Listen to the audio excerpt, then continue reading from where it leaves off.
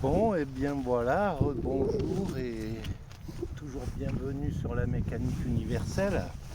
Alors, je suis en balade, donc je vais lire toujours cet ouvrage qui est là.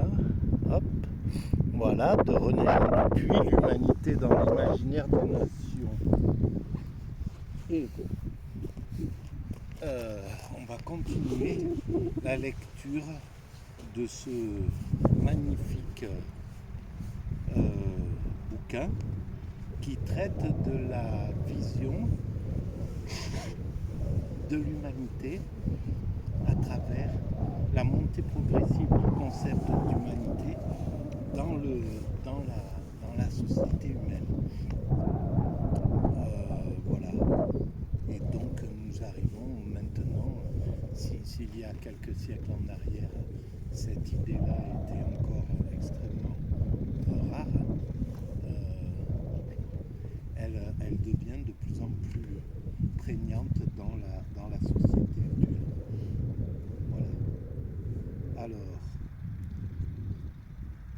où en étais-je?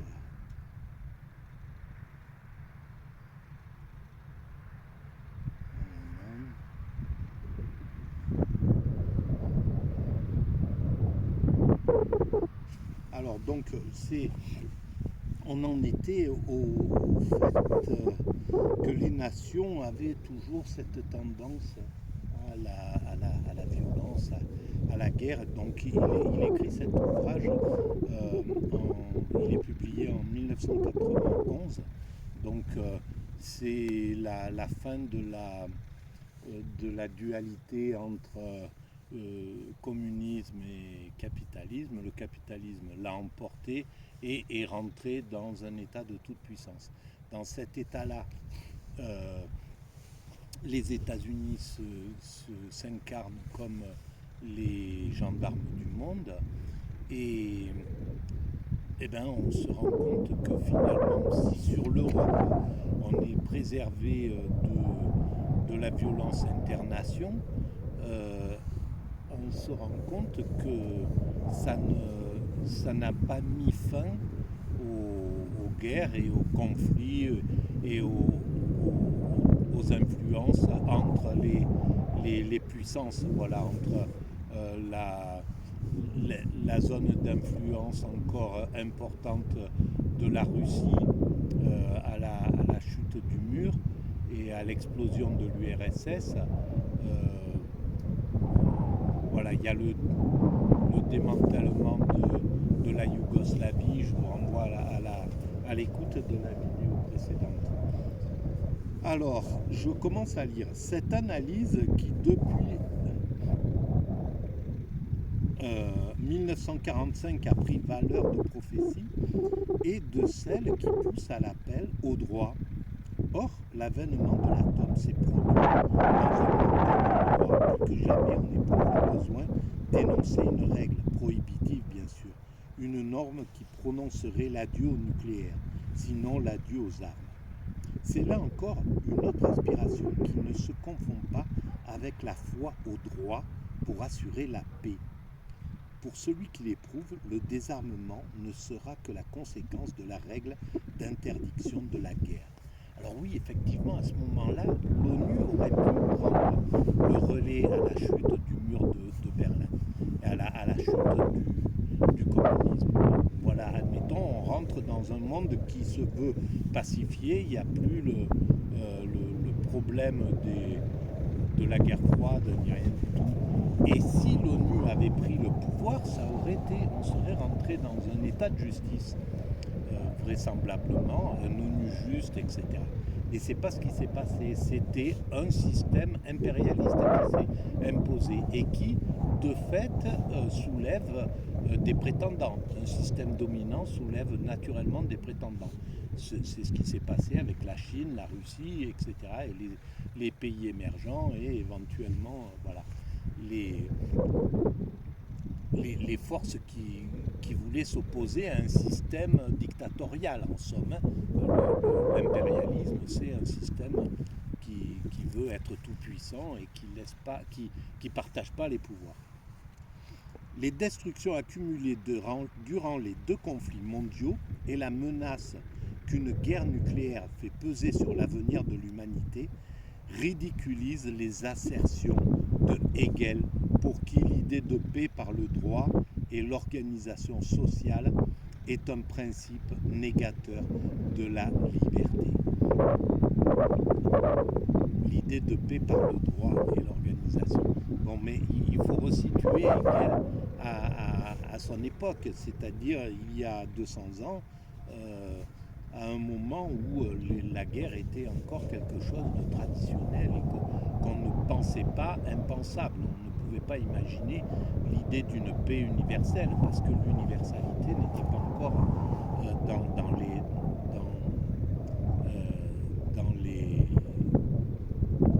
dans les aspirations réelles en fait. Et c'est tout nouveau. Maintenant on est conscient qu'on peut atteindre cet état-là. Et voilà, et c'est ce qu'essaie de faire la mécanique universelle. C'est ce qu'essaie de faire la mécanique universelle avec cette idée que nous avançons progressivement vers notre état de perfection. Or, à ses yeux, Hegel, celle-ci peut tout sauf s'arrêter à l'une de ces figures, celle de la paix perpétuelle comme devoir lui faire perdre la faculté de courir des risques. Alors, voilà, et ben là, ça c'est très important. Parce qu'en fait, c'est exactement les reproches qu'on me fait sur la mécanique universelle, bien souvent sur les vidéos ou même avant, c'était 90% du temps, les gens pensent que c'est ce qui va se passer, on va vers la paix universelle, donc ça leur paraît tout à fait logique. Et une fois que je parle de ça, ils me disent mais oui, bien sûr, ça paraît évident. Et puis pour 10%, c'est quelque chose qui est dangereux parce que si on s'affaiblit, et c'est ce que pensait Nietzsche d'ailleurs, si on s'affaiblit, si l'humanité perd son sentiment de danger, il peut tout arriver. En fait, il devient vulnérable. Et effectivement, si on devient des extatiques, si on rentre dans l'amour absolu, on peut le faire que si on a écarté tout danger, etc. Qu'on est arrivé à faire un monde qui est vraiment prévu pour une paix universelle, pour l'amour universel, pour la fraternité, etc. Voilà, on ne peut pas faire une paix universelle avec un groupe de dominants, de dominés, de gens qui n'auraient pas atteint cet état-là. C'est soit l'humanité y arrive entièrement, soit c'est pas possible, évidemment. Donc, voilà. Alors, la faculté de courir des risques. Et la faculté de courir des risques, elle est importante pour construire cet état de paix. Mais une fois qu'on a atteint la perfection, pour construire la perfection, il faut qu'on prenne des risques, il faut que l'humanité soit soumise à ses pulsions, à l'égoïsme, à l'ambition, voilà, au désir de domination, tous ces moteurs qui aujourd'hui construisent, sont des moteurs de l'humanité. C'est pas les seuls, il y a ceux-là, puis il y en a d'autres, mais enfin, ils font partie des moteurs de la construction humaine. Et effectivement, tant que l'humanité est à construire, on est forcé de préserver de courir des risques et d'aimer ça, et voilà, d'être dans ce qu'on vit actuellement.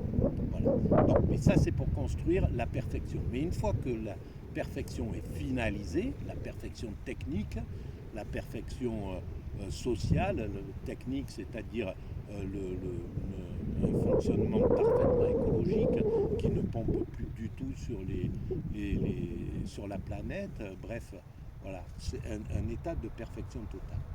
Alors, or, à ses yeux, celle-ci peut tout sauf s'arrêter à l'une de ces figures, celle de la paix perpétuelle comme devoir lui faire perdre la faculté de courir des risques. La liberté serait morte de la peur de mourir. Ah, mais justement, l'extase, c'est le fait de vaincre la peur de la mort. Donc, c'est pas. Il y a deux façons de vaincre cet état-là. C'est soit par la témérité, le courage, voilà, et la guerre, effectivement, le militaire qui passe à travers, qui ressort de la guerre, il a vaincu certainement des peurs, il a dépassé des choses, etc. Tout ça, c'est un des moyens d'atteindre cet état. Mais l'extase est un autre moyen et qui permet réellement de dépasser la peur. Je l'explique sur mon site mécaniqueuniverselle.net dans le chapitre 9. Donc, philosophie encore valable pour les guérilleros, mais non pour les nations. Pour elles, les armes de destruction massive ont relancé le mythe de la paix. Quel que soit le moyen de la préserver, le droit paraît l'inévitable recours pour consacrer et consolider les moyens retenus. Alors le droit, c'est un des moyens. Il y a soit l'élévation de la conscience, le niveau de conscience qui peut aussi l'atteindre, une capacité à l'absurdité de se faire la guerre perdue au milieu de l'univers. Ça, c'est un des moyens. Et puis il y a sinon le droit, c'est-à-dire le droit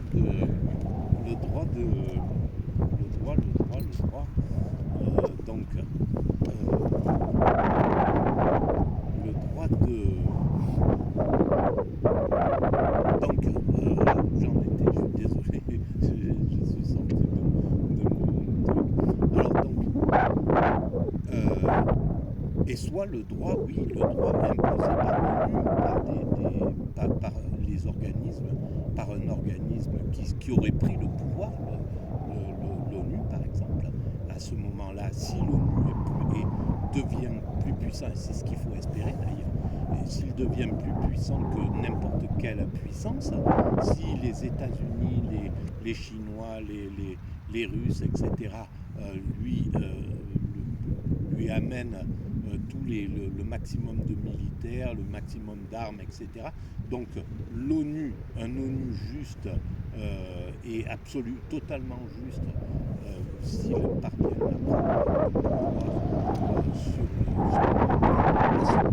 à prendre le droit, il imposera le droit de ne pas faire la guerre parce qu'il y aura la menace d'aller neutraliser n'importe quel petit État qui voudrait abuser de son voisin. Et il faut atteindre cet État-là. Évidemment, c'est un des États que cherche à atteindre l'humanité, inconsciemment.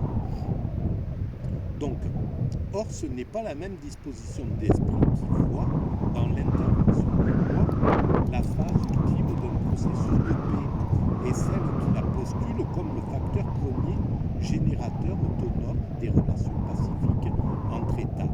Le mythe de la paix par le droit se rattache à cette dernière attitude. L'internationalisme marque son étonnement. Cette confiance donnée se fonde sur la méconnaissance de sa nature, sur la volonté d'inverser ses orientations historiques. J'espère que vous suivez parce que moi j'ai déconnecté. Mais bon, je continue. Dans les âges classiques, en effet, du XVIe siècle à 1945, ce droit consacre à la légalité de la violence et de la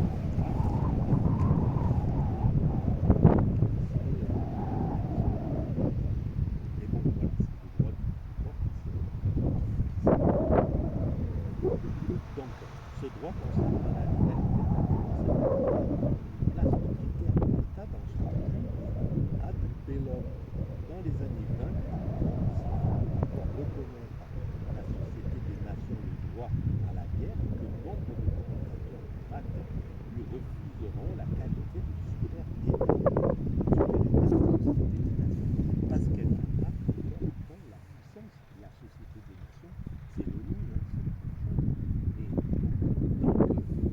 et tant qu'il n'est pas plus faible, l'ensemble des forces particulières, tant que cette force universelle qui a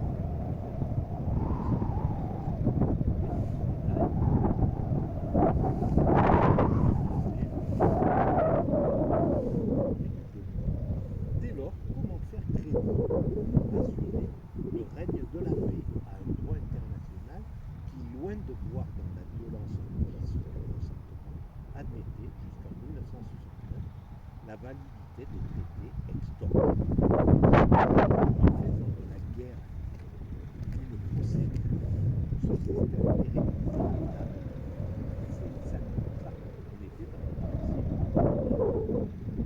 singulier qui a été sans même imposer le recours préalable aux tentatives de règlement pacifiste que le gouvernement s'organise autour de la guerre et qui fait produire à cette déclaration une ovation de la Contrairement à la vision de Pufendorf, l'état de nature n'est pas fraternel.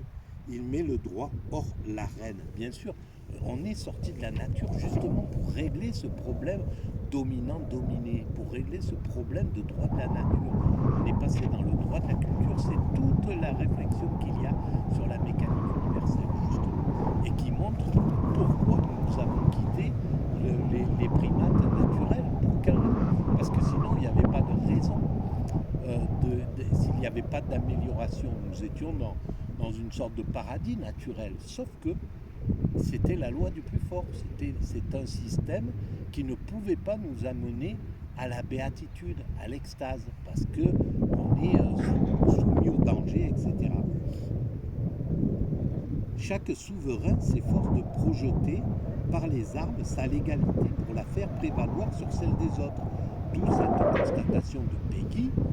Je repense à cette formule, la paix par le droit, qui paraît si simple, si commode, si lucide, parce qu'elle est comme géométrique et équilatérale. Quel enfantillage. Aussitôt qu'on y pense, le droit ne fait pas la paix, il fait la guerre.